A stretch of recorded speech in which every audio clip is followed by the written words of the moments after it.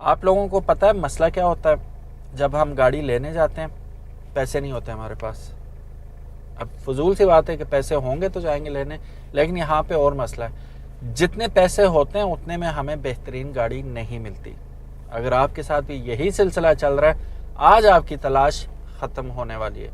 बेहतरीन, superb, bug free, fault free, tension free गाड़ी आज हम आपके लिए लेके आए हैं। वीडियो एंड तक ज़रूर देखिएगा, आपको मज़ा ही आ जाएगा गाड़ी भी देख के, प्राइस भी सुन के।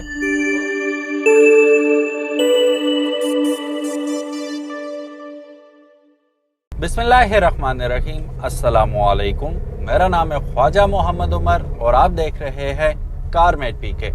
Welcome back to yet another video. और आज की वीडियो होने वाली है बहुत मज़े की। और सबसे पहले तो इससे पहले कि हम वीडियो शुरू करें, आप लोगों ने मुझे ये बताना है कि आप में से कौन कौन फ़ैन है 2OD का।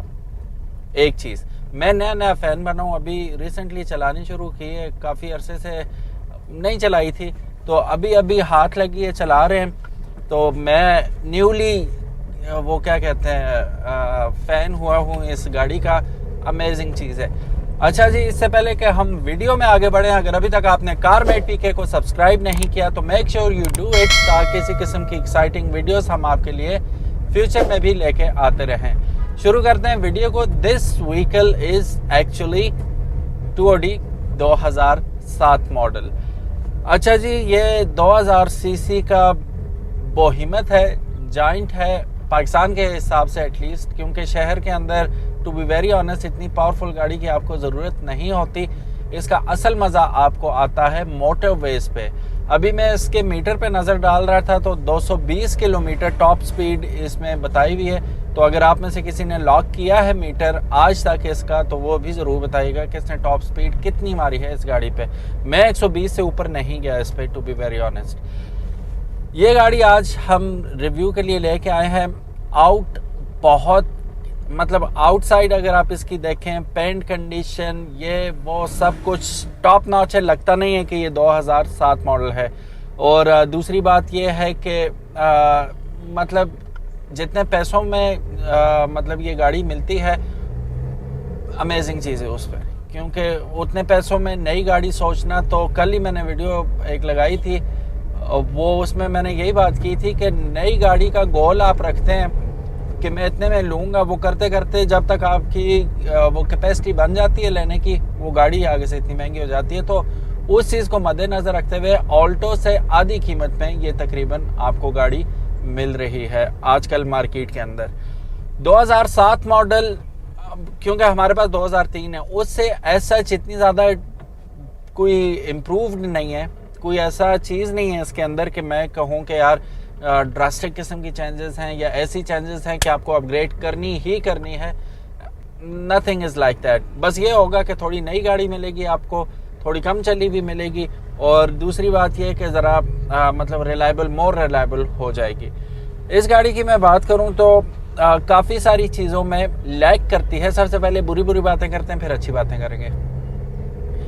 सिक्योरिटी सेफ्टी के मामले में ये गाड़ी ज़ीरो है आज के स्टैंडर्ड्स के हिसाब से। उसकी वजह यह है कि आपको कोई इसके अंदर एयर बैग्स वगैरह देखने को नहीं मिलते, जो कि अ बिग नो है, डील ब्रेकर है आज के हिसाब से। लेकिन कंसिडरिंग द फैक्ट कि ये आज से तकरीबन 16 साल पुरानी गाड़ी है, तो फिर आप कह सकते हैं कि यार उस वक्त तो था ही नहीं सीन, इतना ज़्यादा सख्ती नहीं थी, ना लोगों को शऊर था कि यार ये भी चीज़ें होनी चाहिए गाड़ियों में, तो उस वक्त के हिसाब से ठीक है, लेकिन आज के हिसाब से नो।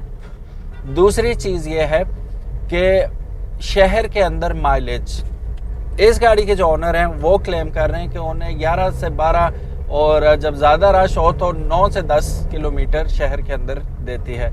शहर कौन सा शहर, शहर पे भी डिपेंड करता है। अब यही माइलेज अगर इस्लामाबाद में हो तो फिर बहुत बुरी माइलेज है, क्योंकि वहाँ के रोड्स बहुत अच्छे हैं। हमारे यहाँ पे रोड्स, ये मैं मुसलसल पहला दूसरा तीसरे में तो कम ही चल रही है, पहला दूसरा में ही चल रहा हूँ। तो पहले दूसरे में ऑल्टो भी होगी, मैंने रखी हुई है ऑल्टो, तो वो भी हमें 14 से 15। अब आप कहेंगे यार ये एग्जेजरेट कर रहा है, यकीन करें मैं पहले बताता नहीं था किसी को, कहेंगे यार ये ऑल्टो में यकीन दिलाना मुश्किल हो जाता है, लेकिन गाड़ी कोई भी हो, पहले दूसरे गियर में वो बहुत ज़्यादा फ्यूल खाएगी आपकी। और अगर मुसलसल पहले दूसरे में चल रही है फिर आप उससे माइलेज एक्सपेक्ट ना करें।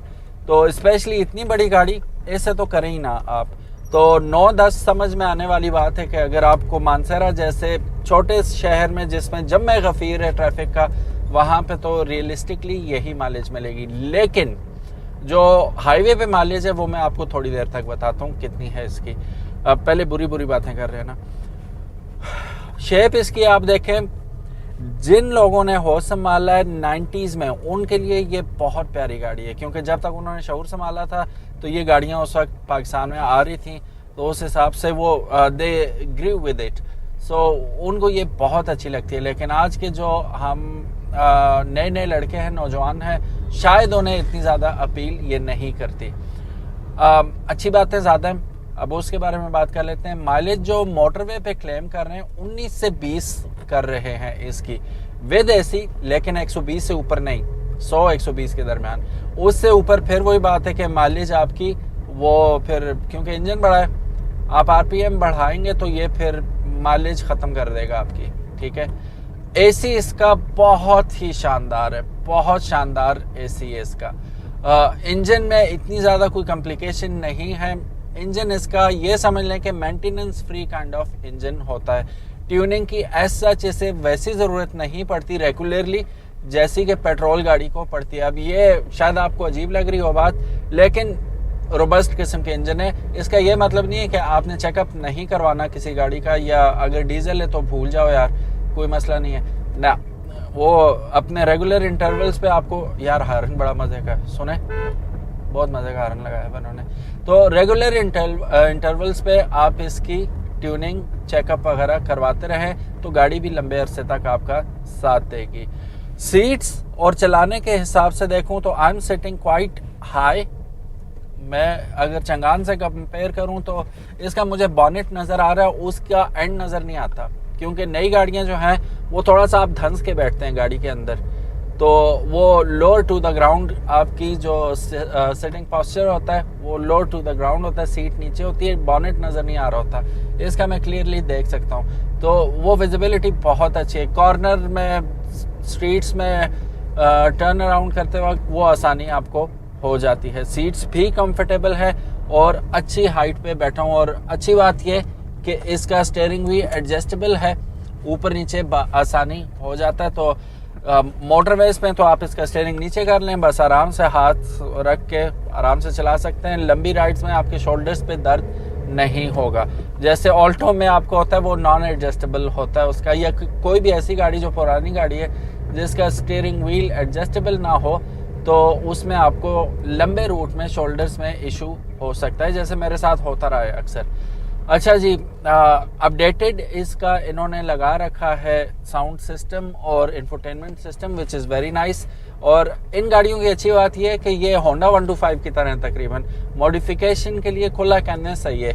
आप जो मॉडिफाई करना चाहें, जैसे करना चाहें, ईजिली अवेलेबल चीज़ें भी हैं इनकी। ना सिर्फ इनकी स्टॉक जो हालत में अगर आप रखना चाहते हैं, मेंटेन रखना चाहते हैं, तब भी पार्ट्स ईजिली अवेलेबल हैं। और दूसरा ये कि अगर आप मॉडिफाई करना चाहते हैं तो ये कंसोल बने बनाए और ये सारा कुछ इसका रेडीमेड आपको मिल जाता है, और मिलता भी बहुत रीजनेबल प्राइस में। अब ये जो सिस्टम लगा हुआ है ये मेरा ख्याल है 12 से 13 हज़ार रुपये में ये सिस्टम लग जाता है विद रियर व्यू कैमरा।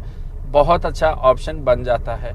गाड़ी के अंदर काफ़ी वुडन टच दिया गया है जो ऑब्वियसली इसकी लुक में इजाफा करता है, और डुअल टोन इसका डैश है वो भी बहुत अच्छा लग रहा है। ठीक है, गाड़ी रखी हुई बंदे ने बड़ी साफ है। पावर स्टीयरिंग है जी, और पावर विंडोज़ हैं। ये और ज़्यादा अच्छी बात है कि सारी विंडोज़ पावर है, एक्सएलआई की तरह नहीं है आधा अधूरा काम। इसके अंदर सारी की सारी जो विंडोज़ हैं वो पावर है, और चाइल्ड लॉक भी आपको इसके अंदर मिल जाएगा। फिर इसके जो मिरर्स हैं वो भी एडजस्टेबल है इलेक्ट्रॉनिकली, अंदर से ही आप इसे एडजस्ट कर सकते हैं। एक और चीज़, अभी आप टर्न करेंगे, गाड़ी को इंडिकेटर लगाते हैं तो वो स्टिक वापस अपनी जगह पे ऑटोमेटिकली नहीं आती जब स्टीयरिंग व्हील सीधा हो जाए, वो आपको मैनुअली ही करनी पड़ेगी, पुरानी जी हुई। बाकी गाड़ी के अंदर आप बैक सीट पे अगर देखते हैं तो आपको 2 हेडरेस्ट बैक पे भी मिल जाते हैं बैक सीट्स के साथ, फ्रंट पे तो ऑब्वियसली है ही। बस लैकिंग वही है KBS और ये आपका अल्लाह भला करे एयर बैग्स, ये चीज़ें होती तो ये ज़्यादा और मॉडर्नाइज हो जाती है। अब हाँ, ये एयर बैग्स वगैरह तो मॉडिफाई हो नहीं सकते, ना आप आफ्टर मार्केट लगवा सकते हैं। अगर किसी ने ऐसा तजर्बा किया तो वो हमें ज़रूर बताइएगा, हमें सुन के अच्छा लगेगा कि ये भी काम पाकिस्तान में हो सकता है। अब आते हैं असल मुद्दे की जानिब। जी हाँ, अगर आप ये सोच रहे हैं कि यार क्या ये गाड़ी फॉर सेल है, तो गुड न्यूज़ ये है कि yes it is up for sale. और इसकी जो डिमांड की जा रही है वो 14.5 लाख रुपए, ठीक है। कराची का ये नंबर है। जो सेलर हैं उनके अपने नाम पे ये गाड़ी, और उनकी गारंटी है कि इंजन इसका परफेक्ट, मतलब कि अपनी बेस्ट हालत में।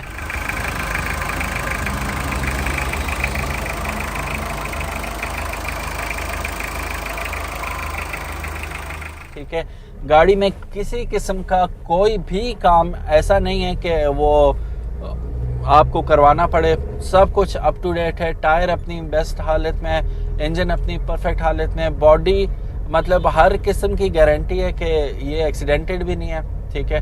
तो नंबर डिस्क्रिप्शन में मौजूद होगा खुरम भाई का, आप उनसे कॉल या व्हाट्सएप करके इंफॉर्मेशन ले पाएंगे। और दूसरी बात यह है कि गाड़ी मौजूद है मानसरा के अंदर, तो डोंट वरी, मानसरा मोटरवे लगती है, आप आराम से इस्लामाबाद से तो 1.5 घंटे में आप यहाँ पे पहुँच जाते हैं। तो वो ये मैं अंदाज़ा दे रहा हूँ आपको। अगर आप इस्लामाबाद से दूर से कहीं से देख रहे हैं और लेना चाहते हैं तो बस ये अंदाज़ा रखें कि इस्लामाबाद से आगे आपको 1.5 घंटा मोटरवे के ऊपर लग जाएगा। That's it guys, thank you so very much for watching this video. उम्मीद है गाड़ी और वीडियो दोनों आपको पसंद आई होंगी, और कीमत के बारे में आपकी क्या राय है बताना मत भूलिएगा। अपना बहुत ज़्यादा ख्याल रखिएगा। अल्लाह हाफिज़, अस्सलामु अलैकुम।